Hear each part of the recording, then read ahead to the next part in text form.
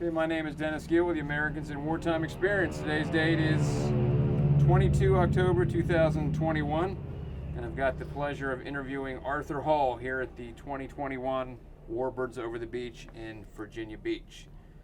So if you could just tell us real quickly a little bit about yourself. Where were you born? Where'd you grow up?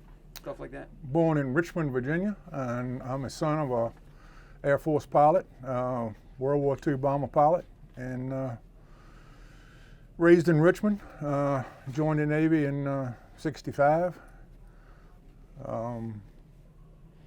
Keep away from the draft in the Army, because you knew where you were going if you got that. Foxhole, right. Southeast Asia. Anyway. So you decided to join the Navy and kind of give yourself a little bit more control? Yeah. How old were you when you joined? I was, let's see, I was drafted in 45, I was 20. 20. Been sitting on the drawing board for about a year out of high school, and had good mechanical ability, scored high on the mechanics test, and sent me off to a VR squadron in Alameda, California. Okay. Working on the 2800 and the 1320 radials. Ended up being plane captain on a C-1A Cod made by Grumman, and we flew mail and passengers out of Alameda. BR-30 still around. They fly out of Virginia Beach now, and they fly out of San Diego. Okay. They're turboprop C-2s. They've been around since the war. So anyway, I enjoyed it. And my ribbons came from being with a F4 outfit. Okay. They wanted me to extend another year to stay with the C-2s. Right. I said, no, I want to get out. This ain't for me. Next thing you know, I'm in Miramar with F4s. So I got a cruise on the Enterprise. Saw a little bit of Southeast Asia. Got out today. Bobby Kennedy was shot June 6th. Kind of a hurried up story. Aside from your father, you said your father was in the World War II in the Army Air Corps. Anybody else in your family that was military? I had a Navy that was a plane captain on a PBY. Okay. I had a grandfather that was actually in a gun crew in northern France in World War I. So I come from a long line of veterans. Kind of hard, got to be careful how you say this today, but I had a great-great-grandfather that was a lieutenant in the 18th Virginia E Company, Black Eagle Rifles out of Buckingham County, and he was on the losing side. But we're very proud of him. Yeah. So from Civil War to World War I to World War II to Vietnam, and my son-in-law was actually in Desert Storm, so all the way up through there. Wow. Yep. Wow. Where'd you go? Where was your training? Boot camp, Great Lakes. Okay. Didn't have any formal training on the 1830 or 2800. Just picked that up at my duty station. Gotcha. Most of those guys went to Memphis. And so you had a kind of a plan. When you joined the Navy, what kind of direction you wanted to go in as far as what you were going to do? Well, you know, when you join the Navy, you think you're going to end up on a boat. We called them black shoes. Right. End up on a tin can or a destroyer or something like that. But I kind of liked the aviation, and being that I scored high on the mechanics, I didn't have a lot of say so, but it kind of lended me to go that way, and it turned out good. So a little luck, I guess you could say. Right. But I was on all the carriers on the West Coast before they were going over to the Westpac. I was on all the what they called the Farstar class carriers, and Constellation, Enterprise, Constellation, Independence, Ranger, the whole crowd of them. And then I was on the Coral Sea, Oriskany, Hancock, Yorktown. So a lot of trips out there and back. Yeah. Had some good pilots. And what specifically did you? What was your job? I was called a plane captain. I was a plane captain. I made sure the plane was fueled, looked at the logbooks before we left, see if there was any maintenance had to be done on it, and it was cleared. And the pilot showed up. We were either carrying passengers, carrying civilians, carrying brass out to the boat, and sometimes some back. They were all short hops, maybe an hour out there and an hour and 15, 20 minutes back, because they were all working. They were qualifying the jet pilots out off the coast of California before they went overseas. Okay. So we were carrying mail out and parts. Okay. And I did that for about a year and a half, and ended up with about, 210 hours in that little car. Great plane. So you actually flew on the aircraft itself? I did. Okay. Flew right behind the co-pilot, backwards. Okay. Okay. Anything many missions or anything that kind of stands out, experiences you had? Either good or bad? Well, we were supposed to look your planes over pretty good. This is one thing I've never forgotten. I used to fly with this old guy. He was a lieutenant commander. His name was Tatum. And I don't even remember where he was from, but we called him Bull because he looked like one.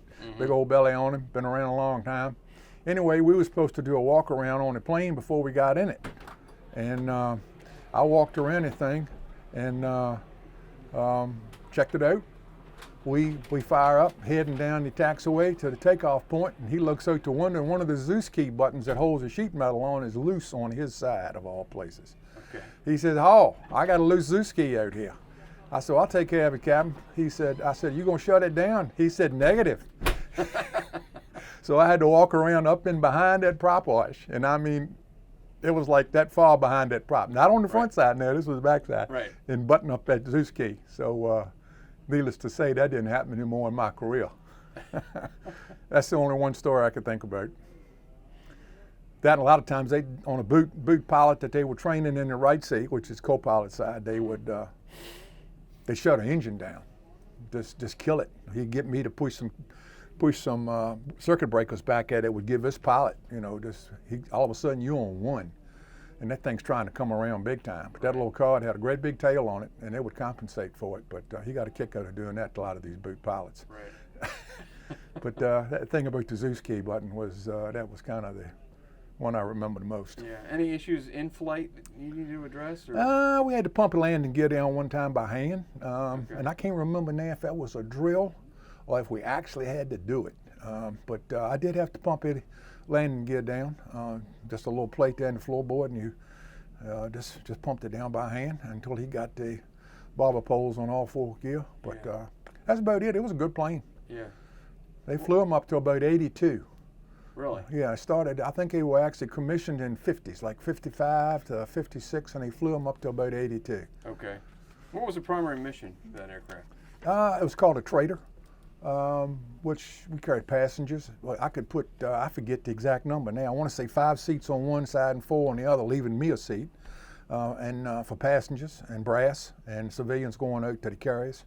Or I could take that out and rig a cage and put mail, parts, and stuff in, taking that out to you had to tie everything down in that thing, because anything you left loose, boy, you were going to find it when you hit that cable, I can tell you, because it's coming. So, but it was actually a cargo, and then the Navy also had a S-2 of that same plane, had a big bright light on it, and it was also anti-submarine warfare to put out markers, and then we had the Willie Fudd, it had the great big dome on the top. So it was actually 3 planes, and they all had officers in them. They were running communications gear and computer. But I was enlisted and just a plane captain.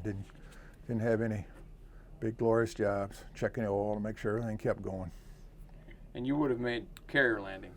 Oh yeah, I made plenty of those. What's that like the first time you do it? Well, going into the carrier, see, I rode backwards, so I was into my seat. Okay. And the pilots were into their harness because they're going in forward.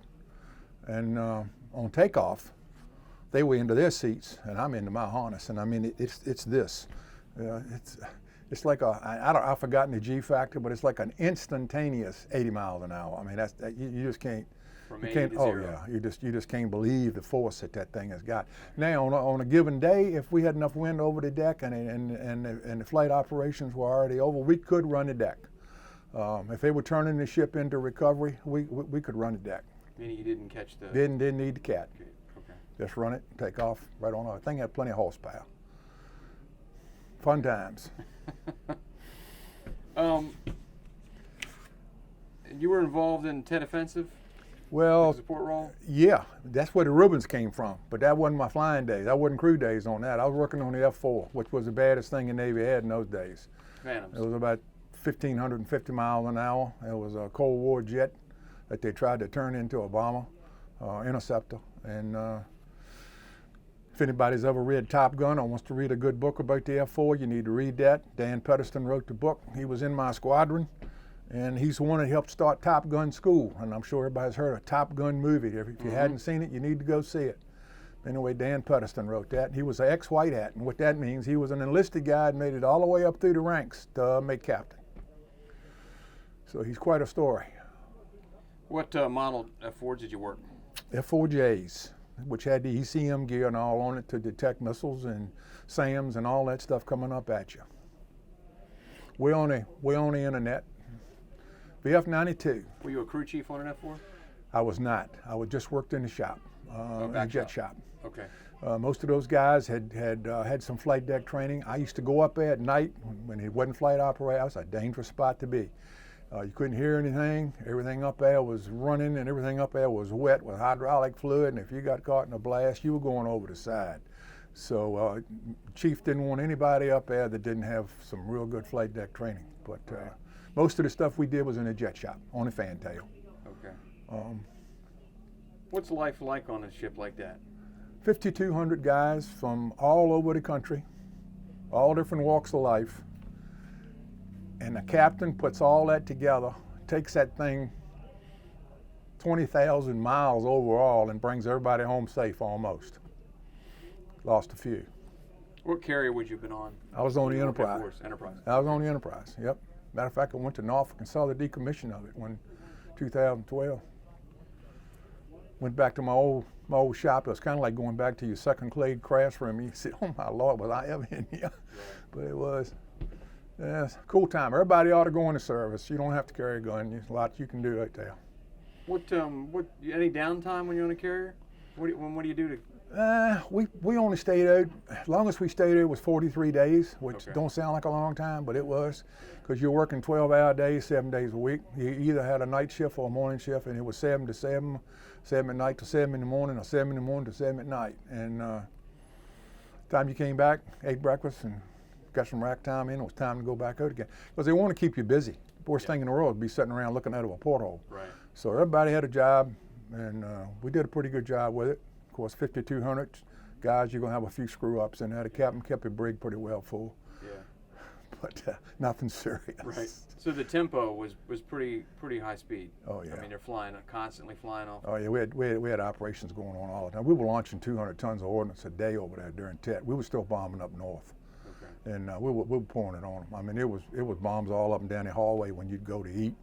And when it come time to load all that stuff, everybody pitched in. I don't care if you were ADJ, ADR, radar man, or who you were. Everybody pushed bombs around to get all that stuff moved up to the front. But yeah, that was a political war.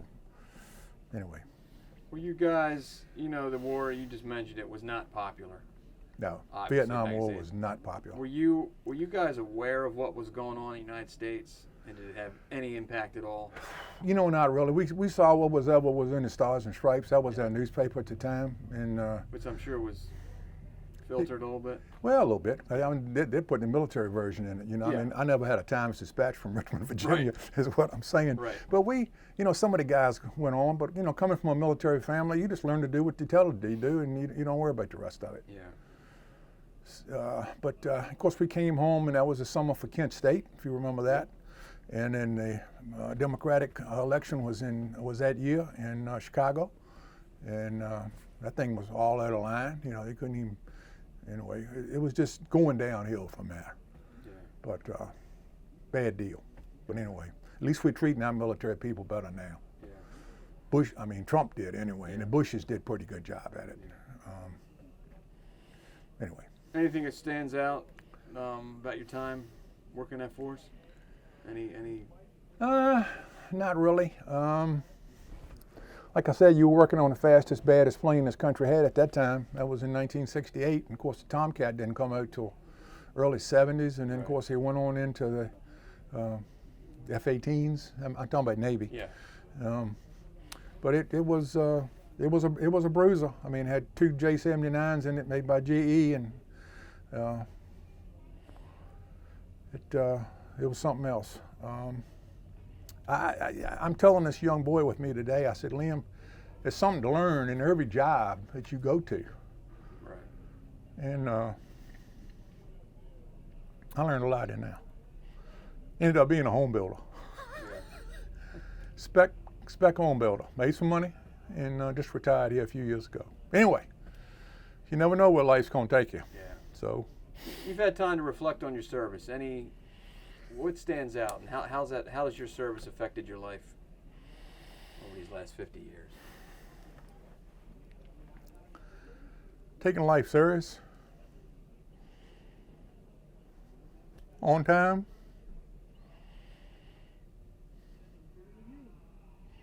squared away. Yeah.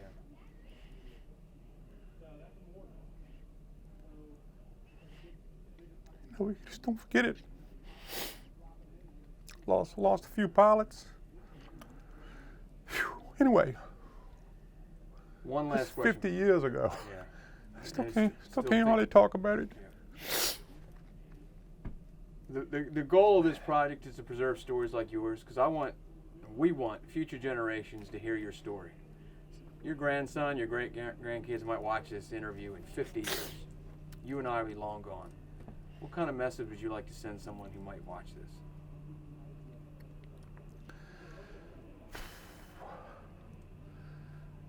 I tell him all the time, he's a good boy. Do something with your life. That's gonna count. Make it count. I don't care what it is. That's about it. Well, sir, on behalf of the Americans in Wartime Experience, I really thank you for taking the time out of your day to sit down and talk to us, tell your story. But more importantly, I thank you for your service, because your service does matter. All right, and welcome home. Appreciate it.